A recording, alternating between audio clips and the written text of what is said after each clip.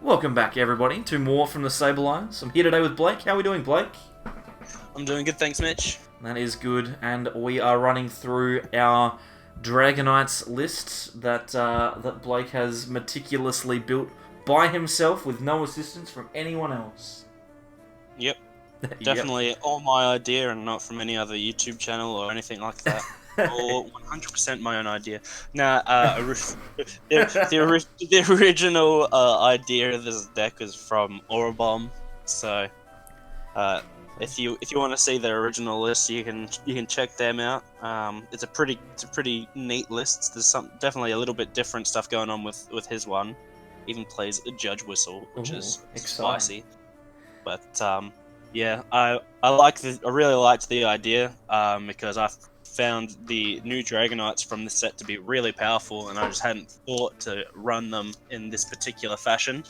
Um, and yeah, after getting that idea, I decided to take his list as a skeleton and sort of trim the fat and the stuff I didn't like and replace it with my own personal uh, personal influence, and we've got the list we have now. Yeah, it seems like a really, really cool concept. Obviously, it's a big combo piece deck, so you're going to rely on a little bit of luck here and there, but like you said, the two non-GX Dragonite both have incredibly strong abilities, and Dragonite GX is probably one of the most powerful attackers in the game at the moment. So let's run through it, Blake. Show us off the list.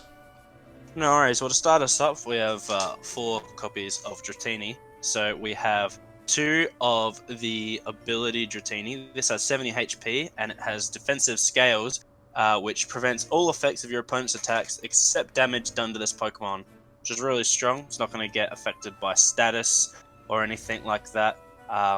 Any sort of weird effects that can be done to your Pokemon early on in the game. The other Dratini is also especially curious because it only has 60 HP. For one lightning, it has Dragon Rage. Dragon Rage does 60 damage, which is an absurd amount of damage to do on like a basic Pokemon, especially one that goes in like a stage 2. There's a caveat, however. You flip 2 coins, and if either of them are tails, the attack does nothing. But in some scenarios, just having that out to 60 damage when your opponent might not be expecting it is like really, really cool. Yeah, it's like the chance, obviously 25% chance of hitting for 60 damage might be enough. And hey, if you've got nothing better to do, you may as well go for it. Yeah, absolutely. Now, the main way we get out our dragons in this deck is obviously like the combination of Rare Candy and Lance Prism Star, but obviously that isn't always going to plan out the way that you expect, so we play 2 copies of Dragonair to help get us out into our stage 2s if we don't draw into those cards at the right time. Even the Dragonair has a cool attack. It has 90 HP, but for a water and a lightning twister, it does 30. You flip 2 coins again, and for each heads, you discard an energy off your opponent's active Pokemon, which is really strong on this format with not very much energy denial. However, if both are tails, then the attack does nothing. Yeah, so you give yourself the chance of giving up the damage to potentially do some denial of energy. And against lots of decks at the moment, even losing 1 or 2 energy here or there could potentially be a big problem. Like I can see Pikarom just missing an attack because they've lost 2 energy on an active Pikarom because of a Dragonair, and that makes me feel good inside. Yeah, it's certainly got the potential to be very strong. Yeah, and it's Um, also important to remember as well that Dragonair you can get out with Lance as well, so it doesn't necessarily have to be one of the big Dragonites. You can get Dragonair out with it as well. Yeah, that's one of the other reasons it's so important. It's not as immediate a power spike as Lance usually is, but if you've been unlucky enough to draw into one of the stage 2 Dragonites that you would like to have lanced out into play, then you can lance out a Dragonair instead and then evolve into it the next turn. Yeah, so it's just as it's as good. It's just a little bit slower. It's a little bit of reassurance in case you have some unfortunate draws before preparing a big lance turn. Yeah. Um, of course, and at the crux of the deck is one of the team up Dragonites. So with its fast call ability, it sets up all of our really powerful turns here. Because it allows once per turn for us to search for a supporter card and put it into our hand. This allows us to search Lance Prism on a turn where we would have been knocked out. It allows us to search out draw supporters when we've been reset stamped to low counts of cards. It really has like an almost infinite amount of uses in this deck because of other spicy cards we'll leave till later. But yeah, very, very powerful. Yeah, the ability to search out a supporter is really strong, especially since we don't have Tapu Lele anymore. Dragonite is going to be able to do that. You might just need to slide your cards across to the right just a smidgen for me, Blake. That would be good. Well, yep. That's quite a lot of a smidgen, but hey, anyway. It's a very good card, and it also has an attack as well that is usable. Is this the one that does 170, or is that the other one? No, this one does 120 for water, lightning, colorless. It does 120 for dragon. I've jumped the gun. It's still like a potent half hit on something like a Pikarom. Of course, with the 160, it forces them to use an E-Power to be able to take it out. So if you know they're at an E-Power, you can go in with a Dragonite and know that that it's not going to go down to anything but a Tag Bolt or perhaps like a Alolan Raichu attack. Yeah, and it is weak to Fairy type as well, I think, so you don't necessarily need to worry about any weakness coming in and halving it, unless you've got like a Gardevoir Sylveon opponent, which is just bad luck. Yeah, it is a bit unfortunate, but unfortunately, unless this deck suddenly becomes a staple of the format, the Guardian deck isn't going to be running the Dragon Fairy Charm, so you'll be able to one-shot it with our big boy Dragonite GX. Yeah, exactly. And to help power our big boy Dragonite GX, we play 2 copies of the brand new baby Dragonite from Unified Minds. 160 HP as well, another big boy, and its ability, Hurricane Charge. Once per turn, you may attach a water and a lightning energy from your hand to one of your Pokemon. Any way you like. That's a very powerful. In conjunction with some of the other cards that we play, we're going to be able to potentially charge up things like Dragonite GX in one shot. Sky Judgment, I think if you lay down the Dragonite next, Blake, has a 5 colorless attack cost. So a water, a lightning, and a triple colorless means that you're hitting for 270, and you can potentially do it out of nowhere if you've just lanced it into play. So it's very frightening. Yep, so you can lance into play the big Dragonite and the Acceleration Dragonite after having searched it out with your Fast School Dragonite, which you've either rare candied or manually evolved into with Dragonair.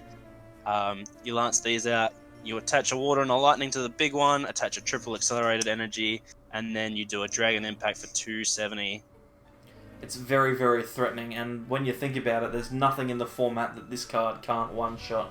Unless you run into a rogue Wailord Magikarp, you're going to be taking one-shots every day with Sky Judgment.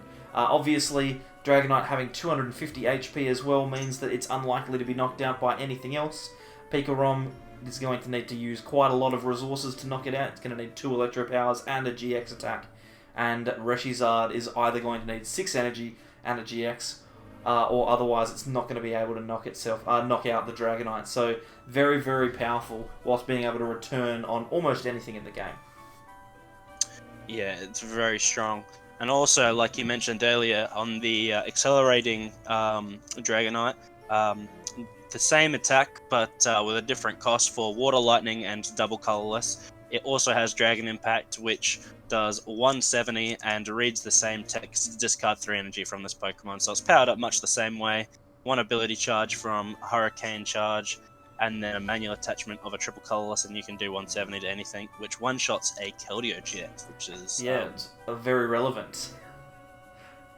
It's and so that's it for our big boy GXs. Dragonite's GX attack isn't really much to write home about. Just allows you to discard your hand and draw up to 10, much like Tempest from Rayquaza GX from Celestial Storm. And the first attack for Water, Lightning, Colorless. If you didn't get the triple colorless attachment, you can always settle for a manual attachment of a basic Lightning or Water that you have spared to do 130 damage, which isn't a slouch at all.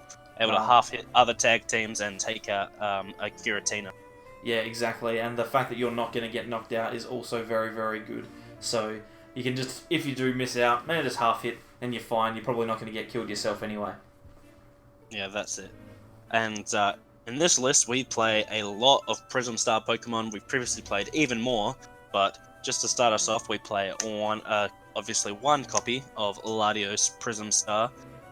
It's got 140 HP, and its attack, Dragon Fleet, for 2 colorless energy, does 50 times the amount of evolution dragon type Pokemon in play. So, with all of your dragons in play, if you have one of each of your dragons and then a Dragonair on the bench, you can do 200 damage. Of course, you can get up to 250. It's not very likely. It's also not usually very necessary, because usually using Latios to half hit and soften up some tag teams, or take out some of your opponent's non-GX threats, which it is very effective at doing, and not getting return hit by those same Pokemon that's in return. the key thing. So like Giratina has 130 HP, 3 evolved Pokemon isn't difficult to do, so you can get 3 evolved dragons into play, do 150, knock out a Giratina, and then their next Giratina is only going to be able to do 130. It's not going to be a knockout. You could potentially take multiple prizes with Latias, so super powerful card, and obviously gives you a good out to some of those more awkward Pokemon that are going to really prey on Dragonite GX. And of course, we run Lightning Energy, so while we'd not play a copy of Tapu Koko Prism as another way to accelerate energy onto our Dragonites, this allows us, even if we miss one of our Lightning attachments off of a Hurricane Charge, obviously, you only get to use it once per turn, and if you don't have both of those energies in hand at the same time, then you can only attach one. So if you only have the water, you can make up for it by having the Tapu Koko in play, and then popping Dance of the Ancients to get some discarded lightning energies onto your Dragonite GXs. Yeah, you decide to attack. You kind of only ever really think of Tapu Koko as being good in Pikarom to charge that up, but it's really powerful here because it's got so many uses. That's, I think, the key. It's really versatile in this list, whereas in Pikarom you're obviously using it just to power up your main attacker. Here you can use it in almost any way you like, and you're also not going to be wasting that second energy attachment because there are other Pokemon that can use it as well. Yeah, all the other Dragonites have pretty potent attacks, and your other Pokemon always have other useful attacks as well. We play a copy of Mew so that we don't get our important Dragonites tag bolted and venom shotted and stuff like that, which absolutely crushes our hopes and dreams. So we need to shut that shenanigans down right away.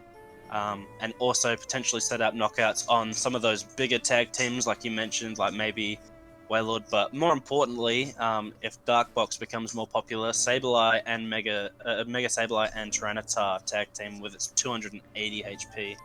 It's one of the only Pokemon that we can't knock out. Yeah, absolutely, and Mew can help set up those knockouts without too much fuss, obviously, not really needing the bench barrier ability in that particular matchup, so you're willing to sacrifice the Mew to get Psy Power to set up those knockouts for you, and potentially make them waste a bunch of scoop ups trying to take 10 damage off the board. Yeah, which would be quite funny to watch. Just your opponent sitting there going, "Oh, I just gotta get rid of this 10 damage, man. It's freaking me out." Scrambling. Oh my god, it's 10 damage. It's pending doom. Only 270 left. It's practically dead. Yeah, exactly. It's essentially dead already.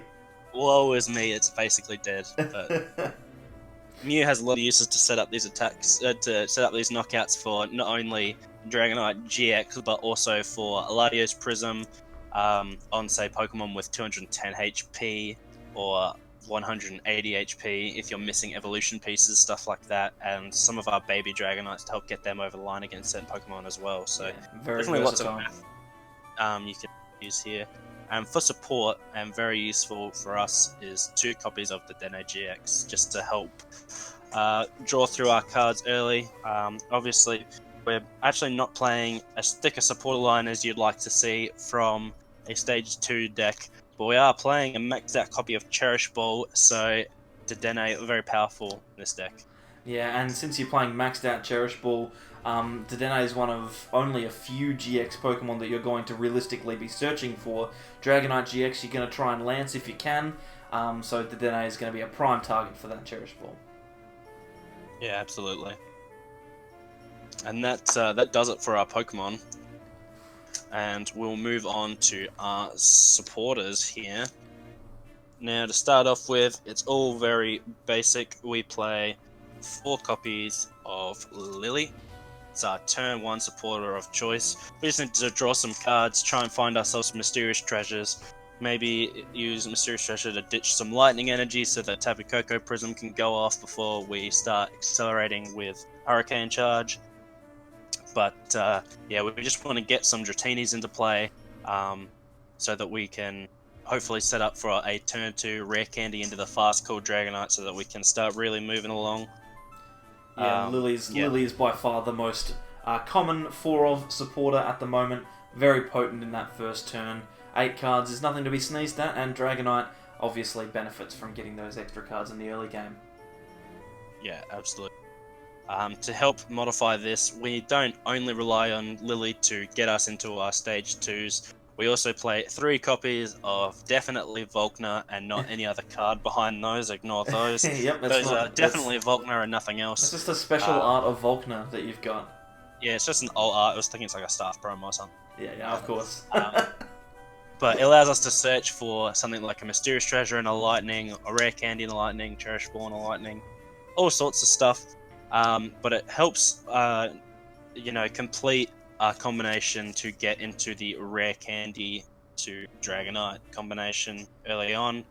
And it can also be really efficient at making sure that we guarantee our energy in hand for Hurricane Charge as well. Grabbing the Lightning alongside something like Viridian to grab the water if we didn't already have it allows us to get the 2 energy we need in hand to have a guaranteed Hurricane Charge, which is one of the key components of the deck, and it's very powerful. It's really, really strong, and it's one of those things where Volkner, you kind of never think about the energy when you pick it up. You just kind of grab it when you're playing Pick. We're almost like, oh, I need a Lightning, I'll just grab it out.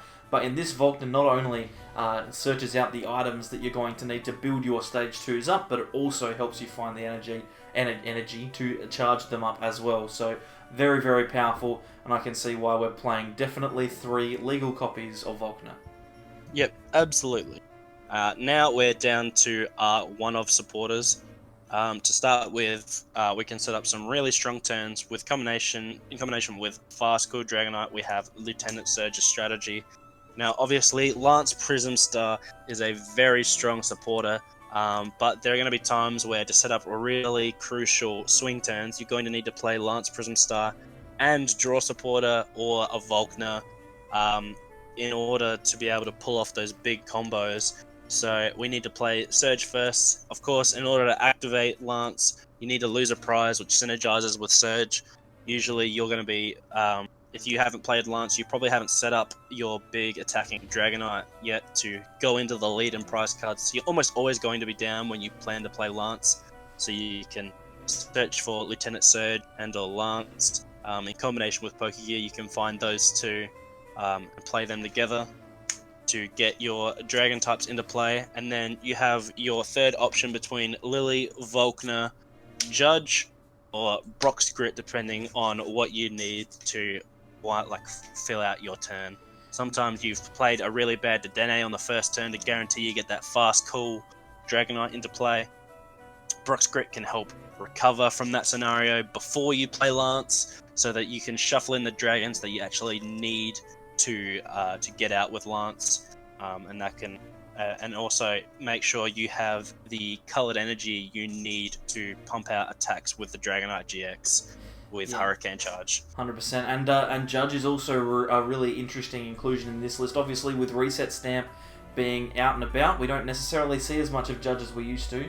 But one of the good things about Judge, if you've played Lieutenant Surge, you can Lieutenant Surge and then Judge and search out another supporter with your Dragonite, maybe even the Lance Prism, and get yourself going where your opponent can't. So there's some really good synergy there, and the ability to search out any supporter that you want during your turn is so strong that we can afford to play these 1-of supporters and not feel like we're wasting them.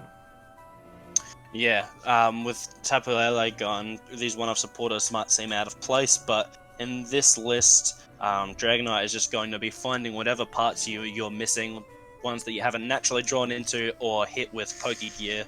Dragonite's just going to fetch for you and complete these big swing turns. Certainly will. That rounds out our supporter cards.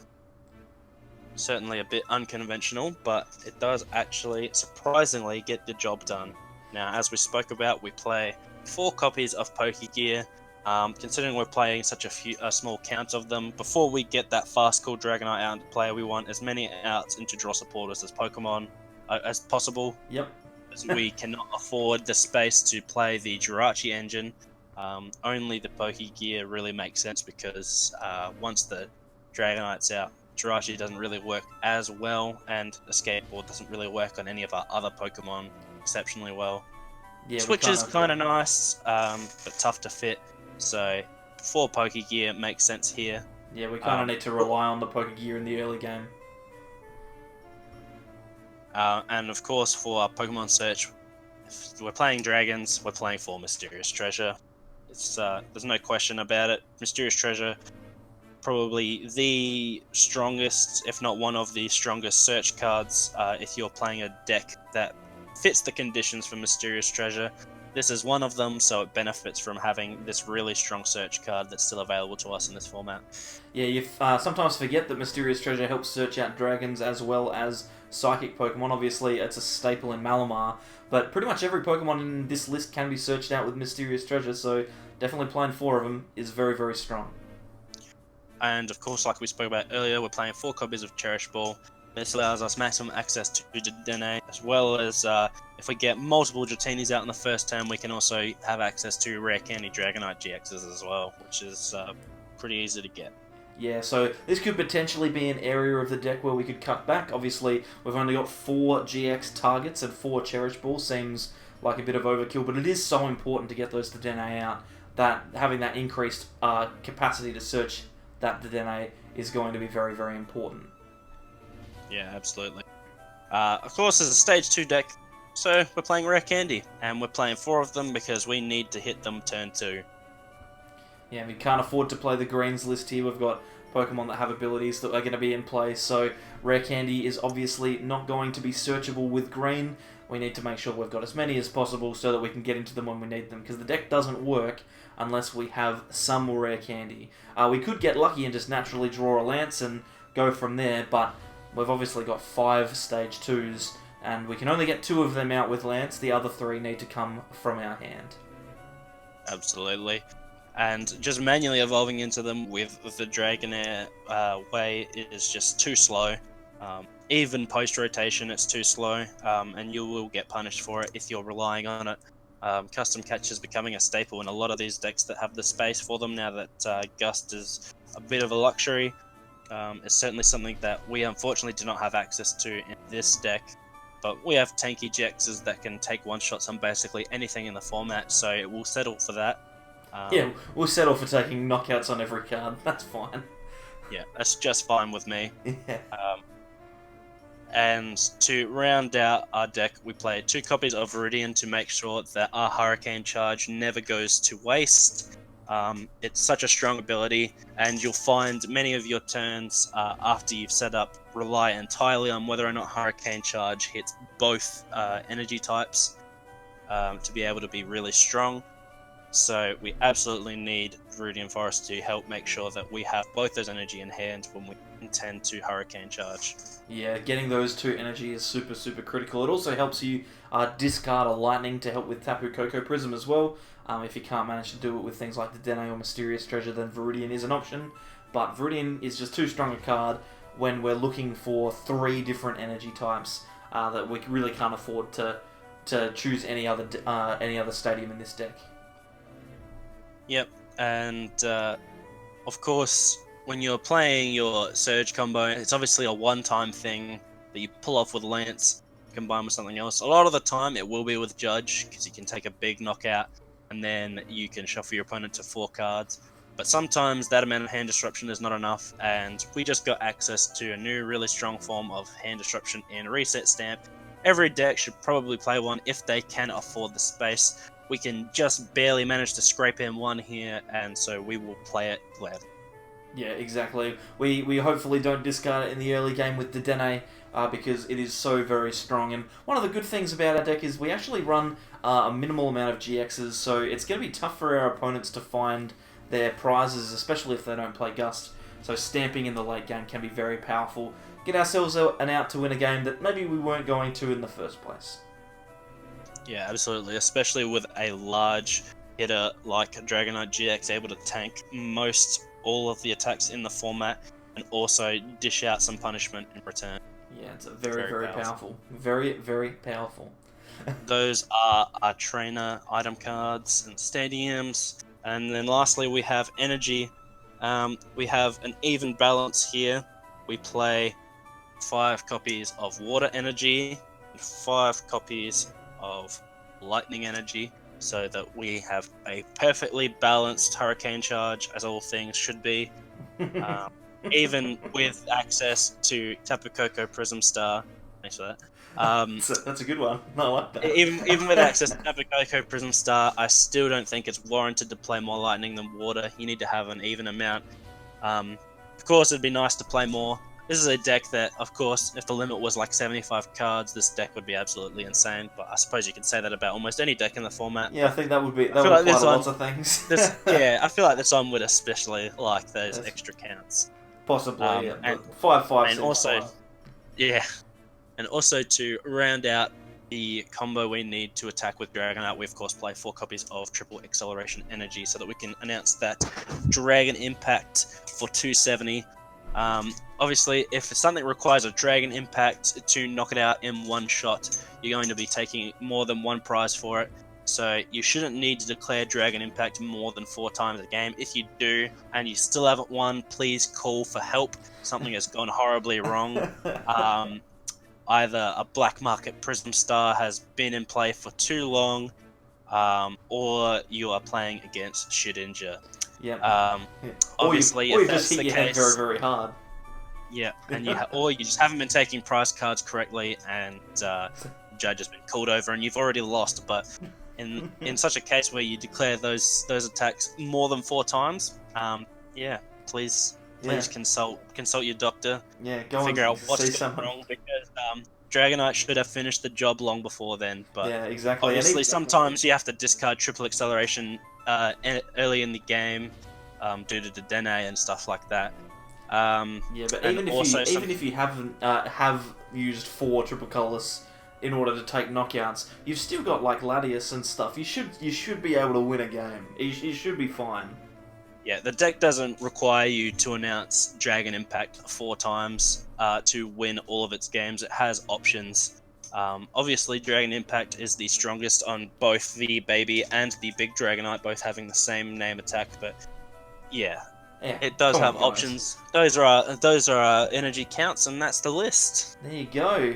That's quite an interesting one, and like we said at the very start, it's very kind of combo heavy, but if you can get the combo to work, it is so threatening that it has the potential to beat pretty much everything in the format. If you can find a Pokemon that can deal with 270 that doesn't have any modifiers attached to it, then please tell us, because we'd like to play it. Like, it seems pretty good. But hey, Blake, thanks for sharing your 100% original list with 100% legal cards. Yeah, no worries, anytime. 100%. 100%. And thanks everyone for watching. If you like the content, then feel free to subscribe by clicking the sable eye in the middle of the screen. On the left hand side, you have some videos that YouTube thinks that you'll like, and on the right, we have our Unified Minds Worlds Testing playlist for more interesting and powerful decks in the Worlds format. Thanks everyone for watching, and we'll see you all next time for more from the Sable Eyes. Bye. Bye.